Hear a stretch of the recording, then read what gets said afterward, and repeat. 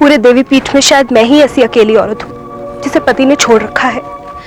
पति द्वारा त्यागी औरत भी शायद सभी की देखने की चीज हो जाती है। सब लोग कैसे घूर रहे थे मुझे, कैसी कैसी नजरें थी। लावण्य, एक पल को तो मुझे लगा कि मैं सबके सामने निर्वस्त्र हो गई हूँ। मुझे इस ब्याह में आना ही नहीं चाहिए था। तभी तो मैं तुम्हें वहां से ले आई। ढोल ताशे शोर शराबे से तो कान भी बहरे हो रहे थे। मैंने तेरे मिलने का खास इंतजाम किया है। खास इंतजाम? हाँ, शादी की भीड़ से बिल्कुल अलग। सबों को बताया है कि तू पति से नहीं मिल रही है, लेकिन कुछ लोगों को बताया है कि तू पति से मिल रही है। ये सब क्रिया चरित्र है, तू नहीं समझेगी। जो मैं कहती हूँ करती चल। आगे चल।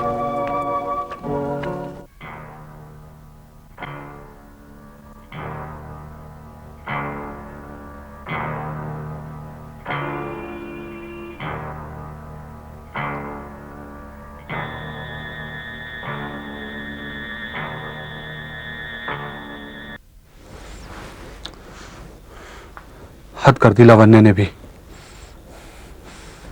इतनी रात हो गई है, शाम से बैठा कर गई हुई है मुझे यहां। मैंने तो कहा था उसे कि मुझे नहीं मिलना नहीं मिलना नहीं मिलना, लेकिन जबरदस्ती ले आई मुझे और मैं भी चला आया उसके साथ। वहां शादी पर लोग मेरा इंतजार कर रहे हैं, मैं यहां बैठा हूं। मुझे जाना चाहिए, मुझे जाना ही चाहिए।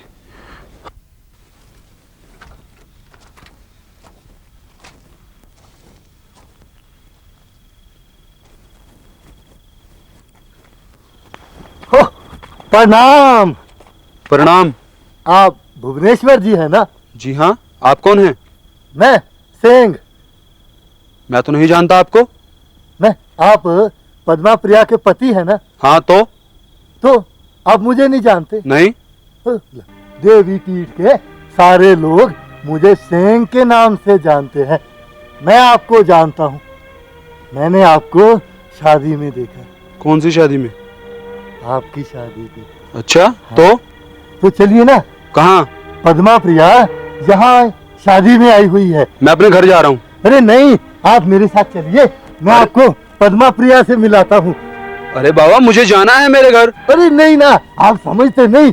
पद्मा प्रिया आपको देखकर बहुत खुश होगी, बहुत खुश होगी। मुझे माफ करो, मुझे जाना है। नहीं भुवनेश्वर जी, आप चलिए, आप मेरे साथ चलिए ना। पद्मा, माफ करो। पद्मा प्रिया, पद्मा प्रिया। रात हो चुकी है, इधर कोई आता जाता नहीं। मैंने उसे बुला लिया है, वो तुमसे जरूर बात करेगा। तुम्हारे मन में जो भी हो सब कुछ खुलकर कह देना, चाहे खर्चे वर्चे की बात हो या भाग्य की। कह देना हम चुपचाप अन्याय सहने वाले नहीं हैं, समझे? और सुनो, सिर्फ मुंह से ही नहीं, तन से मन से हर तरह से बात करना। ऐसे में कोई युवती अगर अपने प्रेमी से इस प्रकार प्रेम निवेदन करती है ना, तो घमंड से अहंकार गुस्सा सब कुछ रेत की दीवार की तरह ढह जाता है, समझी? चलो, क्या पता वो आ गया हो अभी तक।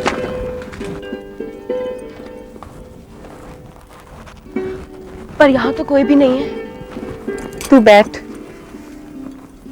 लगता है हमें आने में देर होगी, वो यहीं कहीं होंगे। मैं उन्हें लेके आती हूँ, ठीक है? तब तक तुम लालटेन जला लो।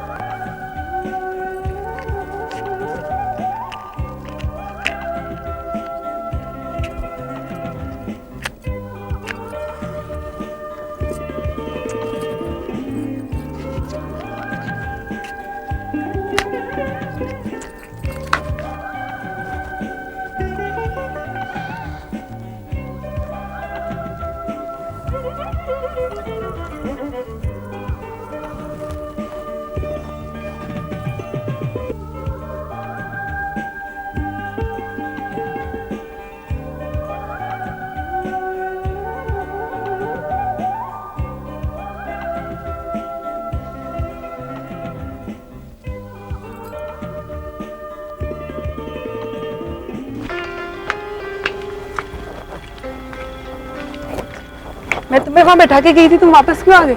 मैं इतनी देर तो इंतजार करता रहा तुम्हारा, तुम आई ही नहीं। आखिर तुम मुझे उससे मिलाना क्यों चाहती हो? पद्मा को तुमसे कुछ बात करनी है। आओ जल्दी आओ, बैठिए।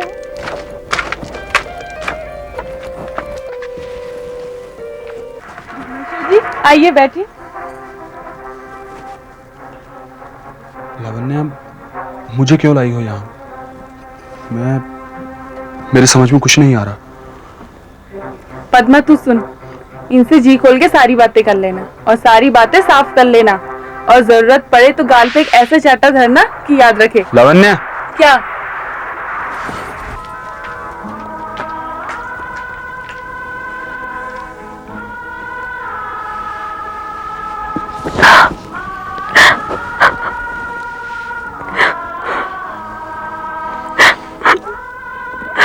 मुझे नहीं पता था कि तुम रोने धोने वाली हो।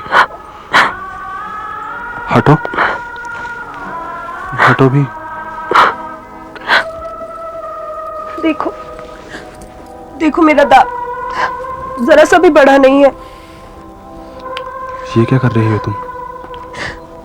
ये वही दाग है ना, उतना ही है ना जितना तुमने सुहाग रात की सुबह देखा था। जरा सा भी बड़ा नहीं मेरा दाग। अगर कोई बीमारी होती तो क्या बढ़ती नहीं? अरे मेरा पूरा शरीर सफेद दाग से भर गया होता। चिकोटी काट कर देखो, नाखून गड़ा कर देखो, हर स्पंदन का एहसास होता है मुझे। देखो ना। देखो पद्मा, यहाँ इस तरह अकेले कमरे में जरा देर तक रहना ठीक नहीं है। यहाँ सभी लोग हमारे छोड़ दिए जाने की बात को जानते हैं। हाँ, सभी जानते हैं कि पद्मा अपने पति के साथ है, उस पति के साथ जिसने उसे त्याग दिया है। इसी दाग की वजह से त्यागा था ना मुझे, वरना मुझ में और कौन सी कमी थी? मुझे देखो, मैं पद्मा हूं, तुम्हारी पद्मा प्रिया। मुझे ही तो पाना चाहते थे ना तुम। देवी माँ से मुझे ही तो मांगा था ना तुमने। एक ही रात में तुमने मुझे जितना प्यार दिया, कितनी ही औरतों को कई जन्म तक नसीब नहीं होता। देखो पद्मा, 2 साल गुजर गए और 2 साल ही तो गुजरे हैं। हमारे ऊपर शनि का प्रभाव था, राहु का दोष था, इसलिए ये सब कुछ हुआ। मुझे आपसे कोई शिकायत नहीं है, जो होना था वो हो गया। पर इस तरह बंद कमरे में? सभी जानते हैं कि पद्मा प्रिया अपने पति के साथ 2 साल बाद है। कमरा बंद नहीं रहेगा तो क्या खुला रहेगा? हमारा संबंध 7 फेरों का है, जन्म जन्म का है। देखो, मुझे आपसे कोई शिकायत नहीं है। आपकी दूसरी पत्नी से भी मुझे कोई ईर्ष्या नहीं है। यहाँ हर कोई अपने नसीबों से बंधा है। कृष्ण की तो 8 पटरानियां थी, पर वो सभी के लिए समान थे। प्रेम हृदय में होना चाहिए, फिर हर बंधन मुक्त होकर निभाना आसान होता है। देखिए, आप मेरे स्वामी हैं, मुझे मुक्त होकर अपना लीजिए। यकीन कीजिए, आपकी तन आत्मा से लेकर हृदय तक की खुशबू इस पद्मा में बसी हुई है। अब सोचिए मत, मुझे अंगीकार कीजिए।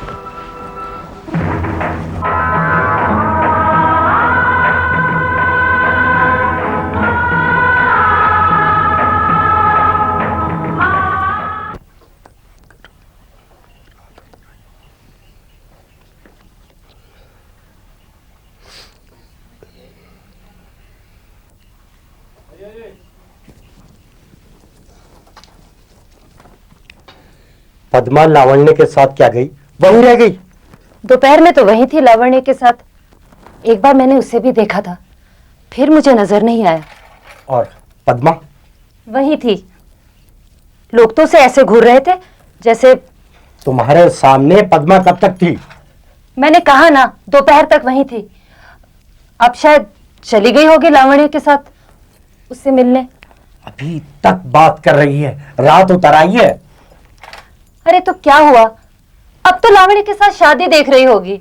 आप बेकार में चिंता कर रहे हैं, हमें भी तो जाना है, चलिए। नहीं नहीं, इस बीच पद्मा घर आ गई तो यहाँ ताला लगा देखेगी। वो भला यहाँ क्यों आएगी?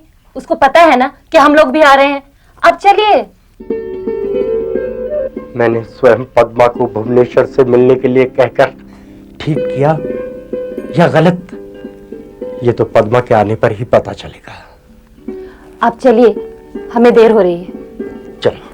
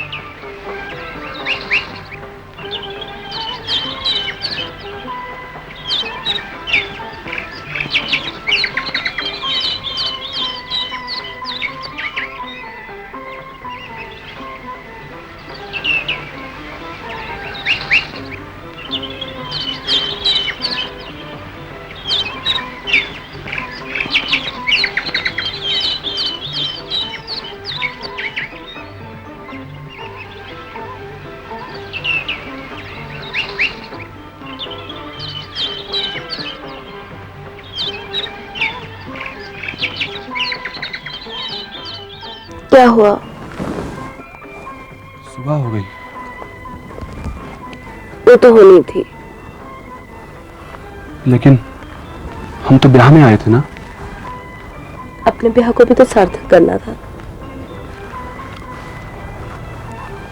तुम बहुत अच्छी हो पद्मा, काश मैं तुम्हें पहले महसूस कर पाता। सुबह हो गई है, अब और देर मत कीजिए। लेकिन मैं बाहर क्या मुंह लेकर जाऊंगा? वही जो आपका है, बहुत अच्छा है। मेरा मतलब, हम सारी रात इस तरह बंद कमरे में। मैं चलती हूँ। लेकिन कैसे? लावण्य के बिना बाहर से तो कुंडी लगी हुई है ना। वो अंदर से भी खुल जाती है, मुझे पता है। मैं आपका घर पे इंतजार करूंगी।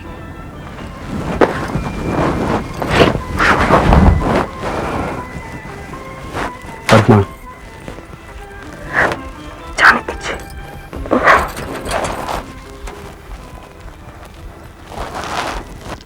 नींद खुल गई?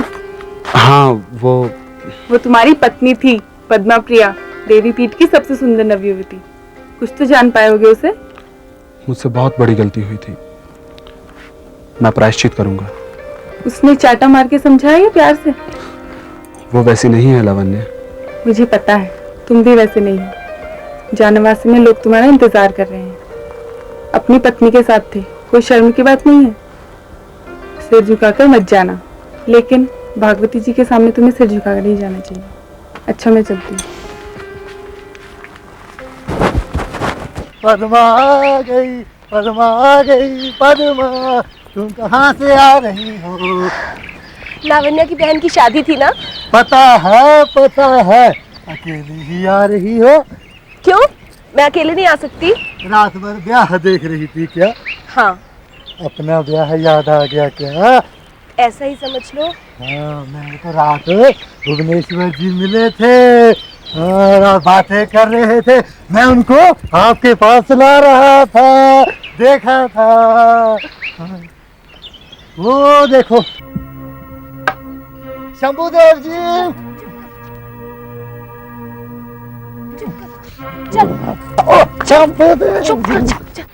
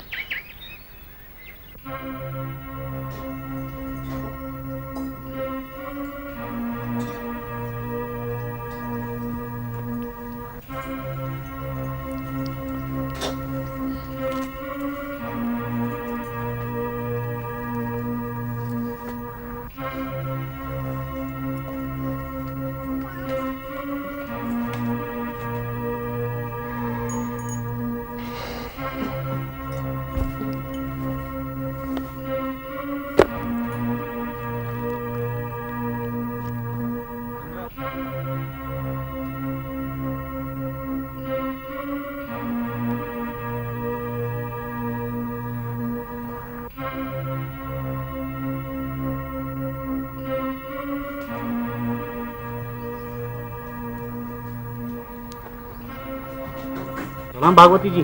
अरे आप गहरी सोच में थे शायद आप।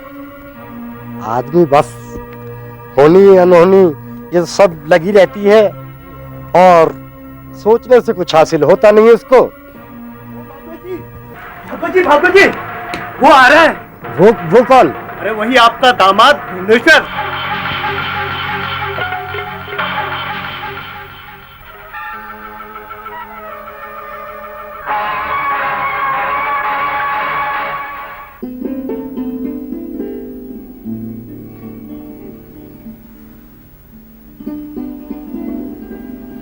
अब यहाँ क्यों आए हो? नंदलोई की बेटी की शादी में शायद दोनों बातें कर चुके हैं। हाँ, कर चुके हैं। तब तो ले जाने का निश्चय ही करके आए होंगे। ये तुम ठीक नहीं कर रहे हो। एक लड़की को घर के आगे के दरवाजे से लिवा लाना और दूसरी को पिछवाड़े से धकेल देना ठीक बात नहीं है।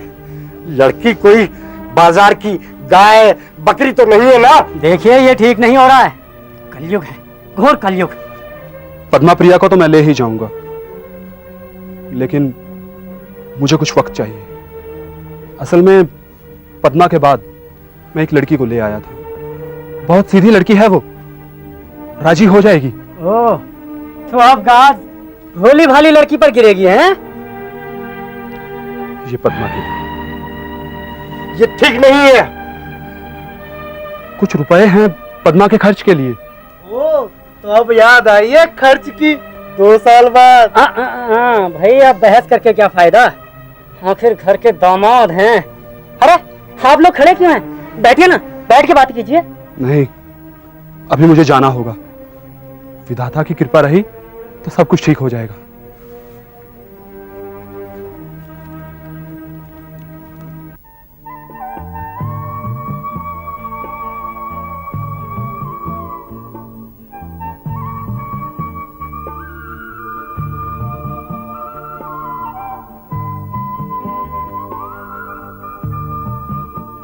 कल की दावत अभी तक नहीं हुई है महेंद्र। बड़ी गलत बात है ये। हारो और दावत ना करवाओ। अरे करा दूंगा यार, दावत करा दूंगा। कहाँ करवाते हो दावत तुम? हारने के बाद तो एकदम से गायब हो जाते हो तुम। चाय। इसकी आदत खराब है भुवनेश्वर भाई। चाय आगे, चाय ले लो। चाय लो, पत्ते पूरे कर दूं मैं। वाह, अभी लेता हूं। कमाल की चाय बनाई है। सिर्फ दूध, पत्ती, चीनी की इतनी अच्छी चाय नहीं बन सकती। वैसे भाभी आप इसमें मिलाती क्या है? मैं इसमें क्या मिलाऊंगी? आप लोग खुद ही चाय को इतनी स्वादिष्ट बनाकर पीते हैं। कमाल के तो आप लोग हैं। वाह, ना तो आपकी बातों का जवाब है ना चाय का। भाई जिस दिन आपके हाथों की चाय पी लेता हूँ ना, दिन भर कुछ पीने की इच्छा ही नहीं होती। तभी सुबह से तीसरी बार चाय पी रहे हैं हम लोग। हाँ। 3 बार क्या है, मैं तो 10 बार बना सकती हूँ। भाई देखो, देवर भाभी के बीच में ना आओ तो अच्छा है। देखो पद्मा, तुम इन सभी की आदत बिगाड़ रही हो। अरे नहीं यार, जिंदगी के अनमोल क्षणों को तो हम यहीं आकर जीते हैं। और तुम सूत्रधार भी हुए, और साथ में इतनी अच्छी पत्नी जो पाई है तुमने। क्यों भाई, जलते हो? अरे नहीं नहीं भुवनेश्वर भाई, अभी चलते हैं। भुवनेश्वर भाई ने फिर बुलाया तो फिर आएंगे। अभी इजाजत दो भैया। अच्छा अच्छा अच्छा भाई, चलते हैं।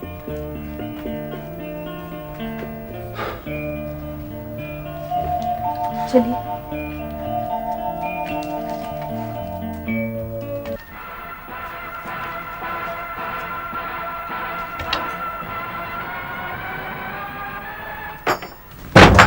अरे ये क्या कर रही हो तुम? दरवाजा क्यों बंद किया? मुझे जाना है बाबा। तो मैंने कब कहा कि आप यहीं रुकने वाले हैं? जाने के लिए ही तो आते हैं। हमारे लिए इतना ही बहुत है। आपके आने से इस शमशान जैसे घर में नई जिंदगी लौट आई है। एक नई जिंदगी तो मुझे भी मिली है बाबा। लेकिन क्या? दिन में तुम्हारे माँ पिताजी ना जाने मेरे बारे में क्या सोचते होंगे। मेरी जिंदगी उनके सोचने से नहीं चलेगी, आपके साथ रहने से चलेगी। और ये बात माँ और पिताजी भी अच्छी तरह जानते हैं। सुनिए, मैं आपकी प्रेयसी नहीं, पत्नी हूं। इतना तो मानते हैं ना आप? मानता हूँ। तो फिर बंद दरवाजे को क्यों देखते हैं? आप जब जाना चाहेंगे वो तो खुल ही जाएगा।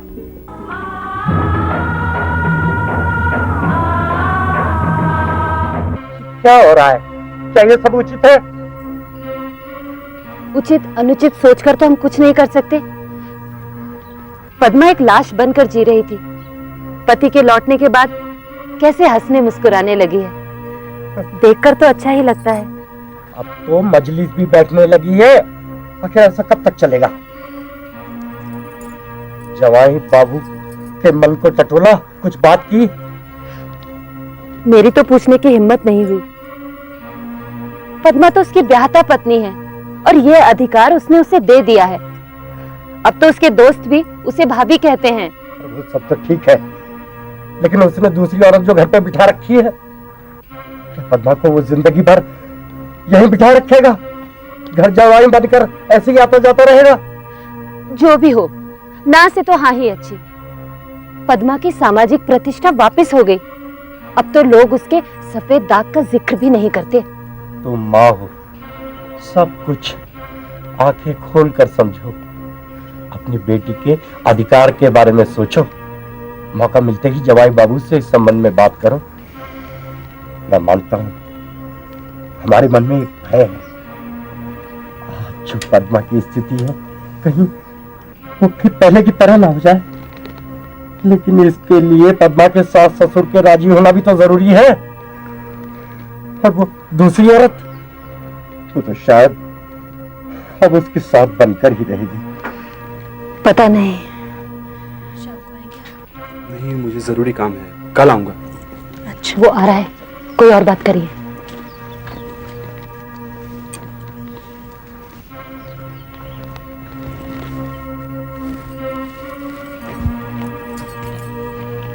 बिना खाए चले गए? हाँ माँ, उन्हें कुछ काम था। पिताजी ने खाना खा लिया? नहीं। जब पास में 3 इक्के हों तो बादशाह बेगम गुलाम कोई काम नहीं आता। हाँ, तू तो है ही इक्का, बिल्कुल खुला सांड। अरे कहीं जाकर बद जा, जिंदगी सुधर जाएगी। अरे यार, खेल को खेल की तरह खेलो और पत्ते फेंको। लो।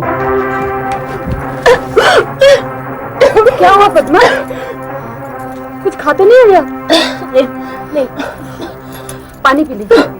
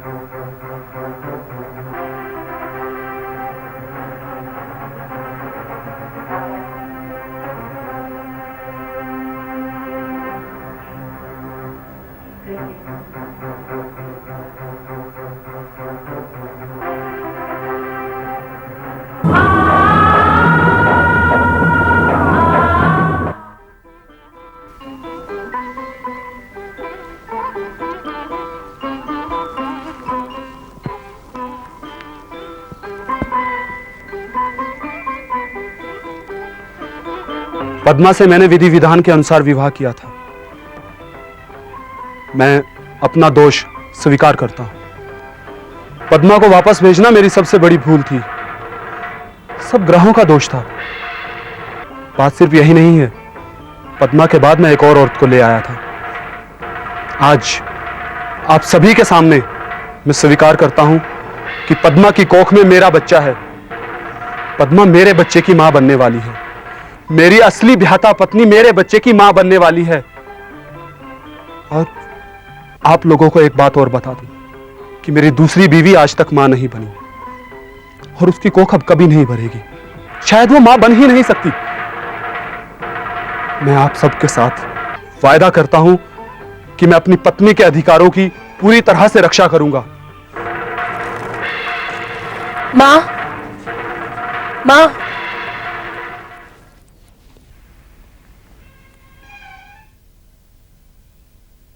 पद्मा को दोबारा पाने के लिए, चैम पाने के आत्मिक संबंधों की पुनर्स्थापना के लिए मैं भुवनेश्वरी के मंदिर गया था। विधिवत पूजा करके मैं वहां बलि चढ़ा कर आया हूं। इसमें बलि का प्रसाद है, सभी लोगों में बांट दीजिएगा। मैं आज अपनी पत्नी पद्मा प्रिया को अपने घर ले जा रहा हूं।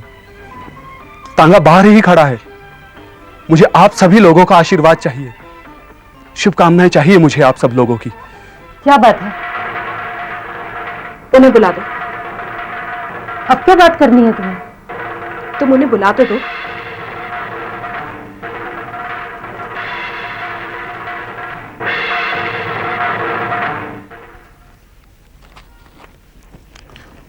पद्मा तुम्हें बुला रही है, शायद कुछ कहना चाहती है। अब क्या कहना है उसे? मुझे नहीं मालूम, तुम जाओ बात कर लो।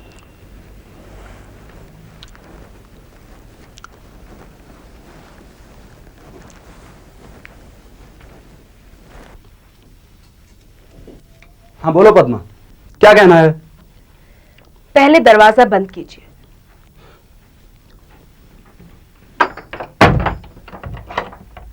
लो कर दिया बंद, बोलो।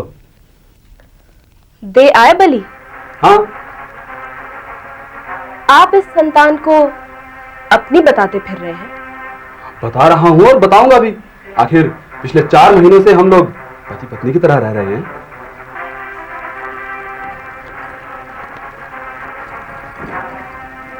भुवनेश्वर जी, मेरी कोख में जो बच्चा है वो आपका नहीं है।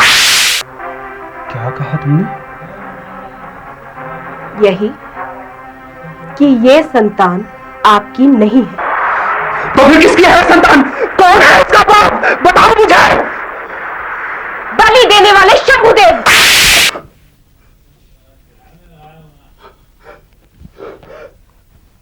क्या कहा तुमने?